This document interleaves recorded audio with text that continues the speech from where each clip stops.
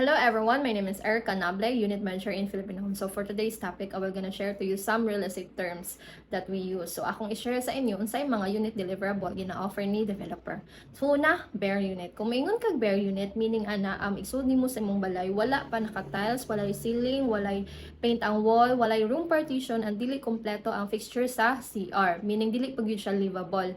And ang naka-advantage lang niya, affordable pa kayo siya, and also maka-decide pa ka kung unsay ganahan nimo nga interior design. Same with semi-bare. Kung mingon kag semi-bare, same with this example, meaning naka-tiles na siya, and then wala lang gihapon siya room partition, and also affordable gihapon siya. Same with bare unit. And ikatulo, finish unit. So mao ni ang usual na gina-offer ni developer. So meaning nanay tiles, nanay ceiling, painted wall, room partition, complete na ang fixture sa CR, and also pwede gihapon ka maka-interior sa imong unit pero gamay na lang imuhang magasto kay since finish naman siya. And then also pwede na gyud ka magpuyo, ang kulang na lang furnitures and appliances. And also mas affordable pud siya compared to semi-furnished and furnished na unit.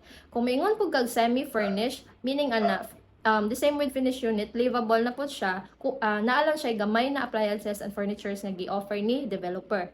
And also lastly, fully furnished. Kung maingon po kag fully furnished na unit, meaning mapuy-an na gyud siya kay kompleto naman sa appliances, sa furniture, finished unit na siya, nanay tiles, nanay ceiling, painted wall, partition, and all. So naka-interior design na po siya. Pero, mostly ang mga developer wala ga-offer ani, and medyo mahal po ang price if magkuha mo og fully furnished na unit. So, for more real estate tips and advice, just message me or comment down below so that I can help you. Thank you and God bless.